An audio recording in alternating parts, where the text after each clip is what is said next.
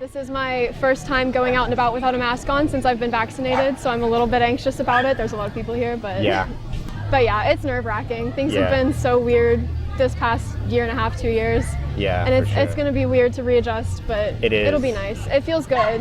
Yeah, I've got such a habit of wearing a mask, and it feels rude not to. I know. And it's still like when I go into like Walmart or businesses or whatever, I'll wear it just out of Yeah. respect for people there in the business. I don't know if people are vaccinated or whatever, but I Yeah. just want to make people feel comfortable. What's something that you've achieved in your life that you're very proud of? Well,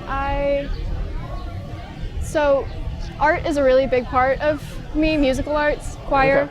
Awesome. So at high school, I made it into chamber choir last year and this year, and that's been something that I've wanted to do since I can remember watching them walk through the halls when I was in 7th grade. So like since I was 11 and 12, I've just always wanted that. So to be able to achieve that was really amazing and such a milestone too, because I have Yeah. really bad anxiety and performance anxiety, and so auditioning for it was like a huge kind Yeah. of thing to overcome, and so the fact that I was able to make it, that was really awesome. That is awesome. So, Thank you. did you do anything other than just forcing yourself to do it to get over that? I had to learn a lot of confidence and a lot of self-motivation, and that came with a lot of other things that I was dealing with too, just kind of learning how to deal with that anxiety and to promote myself and my well-being and things like that. Yeah. And that took a lot of effort and a lot of struggle too, but it was totally worth it. I'm such a happier person, really. That's great. Yeah. When you find something that you like but you're afraid of, sometimes it's kind of hard to realize that, it's worth it. Oh, 100%. And it's so much easier to doubt yourself and to just kind of give up on those opportunities than it is to work through it and overcome it. Yeah. So I'm really proud of being able to do that for myself. Yeah. It was something that I was really looking forward to.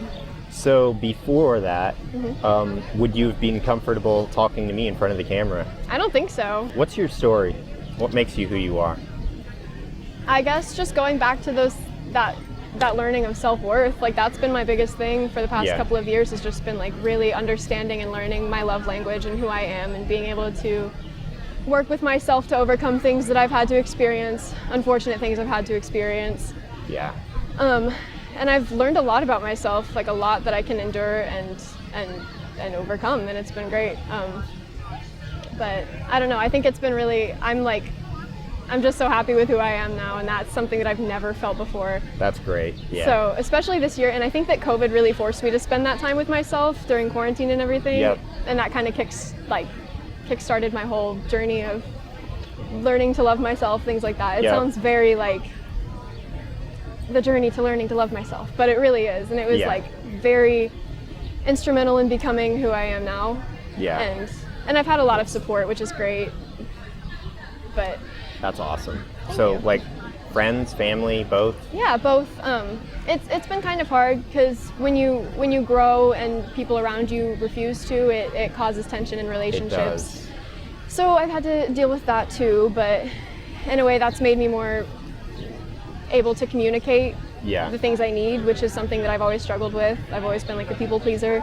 Yeah. So learning to communicate what I need from others, and it's been great. Yeah. I feel like I'm so much stronger now, and That's great. Yeah. and that's something I needed. I'm not advocating any kind of hero complex or anything here, but as you improve faster than those around you, you can help those around you. Yeah. Sometimes it's- just by example. Yeah, of course. It's hard because you can't force people to want to change Mm-hmm. or want to grow. And that's okay, because everyone grows at their own rate, and when they decide that they want to grow, they can. And Yeah. that's totally up to them.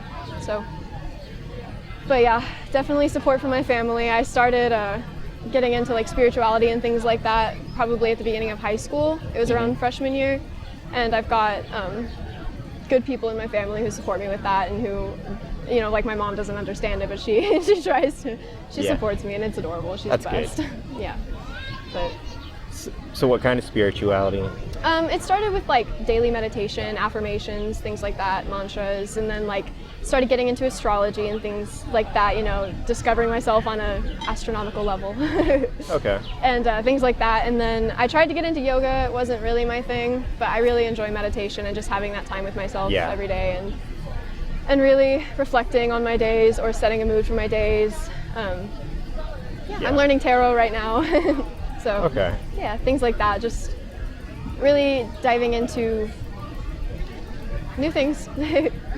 Meditation can be very helpful. Yeah, it was hard at first, just like trying to, and there's this kind of stigma where you have to like sit still and be quiet and just, I don't know, immerse yourself. And I think that's part of it, but you can also move around, or like that's pretty much what yoga is. It's moving meditation. Yeah. So it can work however it works for you.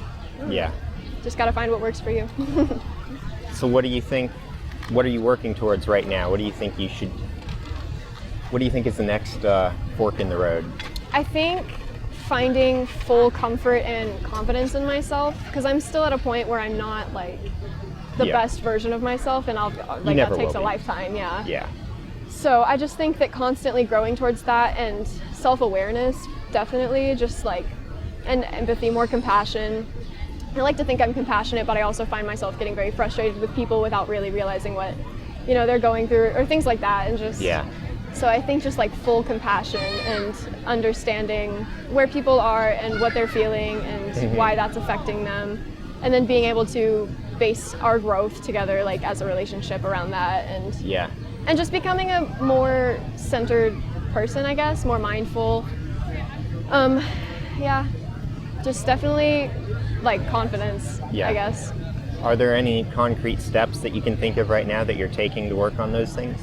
I think it goes back to like asking for what I need and like setting boundaries right now, and just being able to feel comfortable with what I need, and from myself and from others.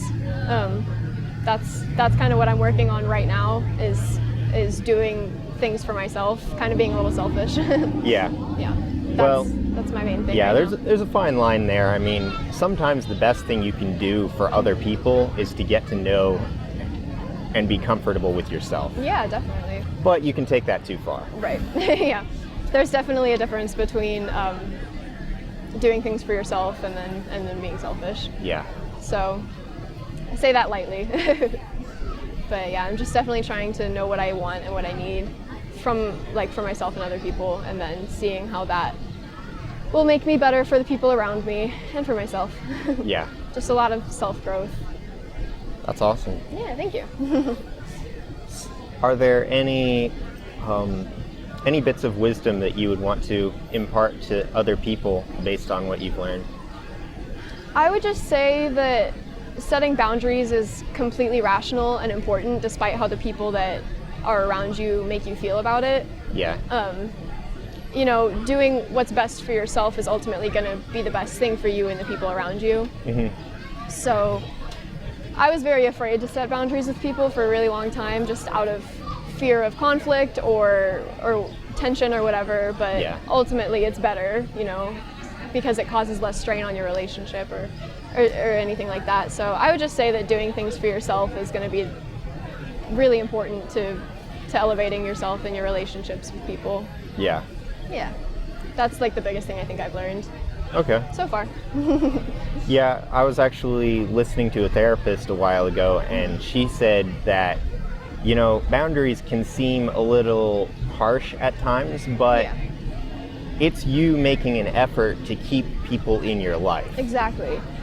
And it's also you making an effort to keep yourself healthy. Like when you're putting yourself in these relationships that are diminishing you or exhausting you, like you have to be able to have those boundaries just to make sure that you can still thrive in that relationship. Because otherwise, if it's not beneficial to you and if it's causing strain on however many people are in the relationship, then it's just not worth it. Yeah. So boundaries are completely healthy and rational, as long as they're not like, I don't know, rude or whatever. Even, I don't know. Yeah. There are lines, but it's all about how you and that person work together and how you communicate. Yep. Yeah. I think that's the biggest thing. Well, that was great. I think I'll go ahead and call it. Thank you.